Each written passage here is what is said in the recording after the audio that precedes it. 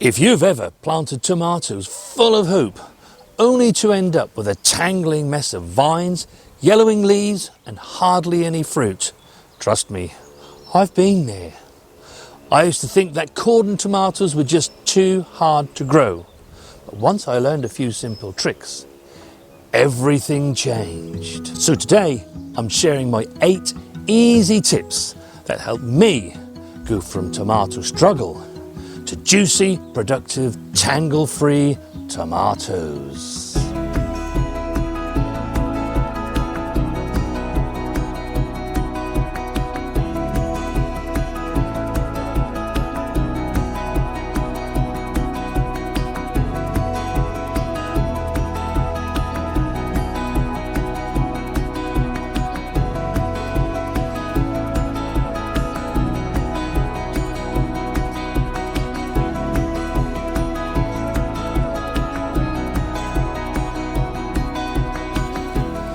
May is an absolutely wonderful month.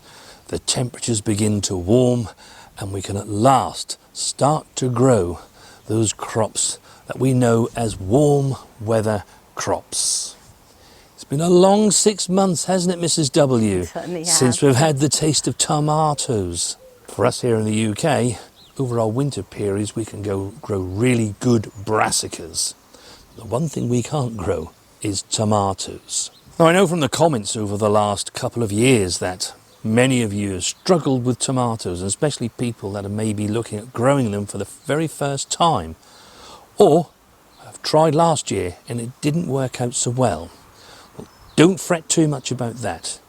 It wasn't a great year last year for tomatoes. It was so cold and damp and such a lack of sunshine that even we didn't get our normal production of tomatoes. So far this year, it's looking much better. Indeed, the plants are going out a full 3 to 4 weeks earlier than they did this time in 2024. Tip number 1, wait until nighttime temperatures are steadily around the 10 degrees Celsius mark. Tomatoes, they're warm weather crops. They don't like it when it's cold. If you've got temperatures of 4 and 5 degrees, they're just going to sit and sulk and they won't get away early. So there's no real point in planting them out into your greenhouse or your polytunnel borders. Just wait until those temperatures are nearer there. We've had glorious days this last week here in our no-dig Norfolk garden, but the temperatures have still been round about 4 to 5 degrees overnight. Now this is about to change. As we go into the following week and the week after that, we can see that the temperatures are more like 8 or 9 degrees over the nighttime period, and that's round about where we want to be. So we know that it's going to be safe to get these tomatoes planted into our greenhouse and into our polytunnel, because even if it's only 7 or 8 degrees outside, in the undercover structures, it will just be that couple of degrees warmer. When it comes to planning your undercover spaces for where your tomatoes are going, do make sure that you allow adequate space. I see far too many gardeners trying to cram as many of these plants in as possible. It does you no good. It just means that the airflow is minimal and your plants are likely to get fungal diseases, mildew, and at the very worst, more susceptible to blight. Tomatoes need at a minimum of 18 inches between each plant, more like 2 feet, and if you can extend that any more than that, they'll reward you with an even better crop. Once you've made your hole for the plant to go into, do make sure that you water it first. The last thing you want is for the roots to stay near the surface. By watering the hole first, let it drain away, those roots will go down to find that water. Whereas if you just water from the surface, they're going to think, hey, happy days, I've not got to do a lot here. Mr. and Mrs. W are going to keep watering the soil. Now for us, the majority of our tomatoes will be planted here in our Haygrove polytunnel. The main reason for that is that tomatoes like warm weather, but they don't like it humid. That can cause them problems. Whereas peppers, they like it humid. In our greenhouse, you will see that we have a concrete path. And when the sun comes out and it warms up, it's a relatively easy job just to get a watering can, put some water on the concrete, and you'll see the steam as it evaporates, causing a nice humid conditions that peppers really like. Don't despair though, you can still grow good peppers and tomatoes in a greenhouse. We have the option to do that, and that's why they're grown in here. Wherever you're going to be growing them, you do want to make sure that you get the stakes in early. Don't leave it. The minute you plant them, get your stake in place. We use the string method. We find that the easiest way for us to be able to do this, and also you don't need to have canes, which then requires something to go on top of them, so that as you're going around picking your bounty, you then don't poke your eyes out. Now it's really simple to do the string method. Once you've done it, all you need to do is to wind the string around the vine as it continues to grow up. The next thing to do is to get your watering regime. Tomatoes that are grown under cover, they'll require watering once every 2 to 3 days, and they like a regular watering schedule. As the weather gets ever warmer in June and July, and the temperatures really start to soar, then you may need to just alter that regime. In certain extreme cases, it might even have to be once a day. And then for my next tip,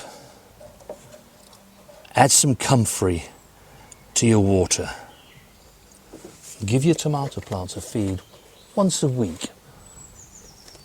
They'll reward you with that with some really lovely tomatoes. Comfrey is free, so if you don't yet have a comfrey plant, why don't you invest in one? They don't cost very much, and if you put them in a place where they're unlikely to be troublesome, because they do have very deep roots, and once they're in there, you will struggle to get them out. But it's because of those deep roots that they can extract all of that goodness out from below the surface layer, and that's why it's so very good for your tomato plants. And comfrey, with this NPK value, is slightly higher in potassium, which is exactly what you want for anything that's fruiting. You can see that this tomato plant is already getting its first flowers. That's an ideal time to be planting your tomato plants out. But what you do need to start off, even from this early stage, is a regular pruning regime. If you want to grow lovely big juicy tomatoes and plenty of them, then you need to remove these side shoots. This is it, and it grows between the leaf coming out here and the main stem growing up here. And all you need to do is nip it out between your thumb and forefinger. There's another one around here. This plant will continue to do this for the rest of its life, so it's important that we keep on top of them. Now you can of course leave the side shoots if you want. The plant will grow perfectly well, but it becomes an ever diminishing crop, because the more of these side shoots that plant has to sustain, the smaller the crop gets, and you get smaller tomatoes. Here in the UK, you're probably going to get about 5 to 6 trusses, and at that point you're going to want to stop the tomato growing. That's as many trusses per plant as you're likely to get, unless it's an absolutely exceptional year. I think we did get to 6 last year, didn't we? I think we did, yes, yeah. But in that way you know that you're going to get the right size tomatoes that you want, and not really little tiny ones. So make sure you keep up with your pruning regime. Every time you walk into your undercover space, or if you're growing them outside, of course, every time you walk past them, make sure you have a look at them. Believe you me, you can see here that I found one that Mrs. W had forgotten, and she told me earlier in the day she'd been round and looked at all of the plants and side-shooted them. You can see here in the greenhouse we have already begun the process of removing what was in here and has been feeding us since, well, the beginning of autumn and up until about 2 days ago. So the spinach is all gone. The rainbow chard is actually now rising to flower. I've got some more to replace it with, which you saw us sow a few videos back, so that will be coming out. The garlic will stay in place, but that will be harvested long before any of the plants that we put in here. And as I said earlier, it will be predominantly peppers, both chili and sweet peppers. This garlic will be out long before they get really big and need all of that space. The garlic was planted back last October, so it will be due our harvest beginning of July. So tip number 8. Once you see your first truss of tomatoes are formed, then remove all of the leaves up to that truss. This will hasten the harvesting process. And the main reason it does this quicker is because more sunlight can get to it, because the leaves are not hiding the fruit up, but the airflow is also much greatly improved as you remove those leaves. Do not remove all of the leaves from your plants. It will die. It needs them to photosynthesize.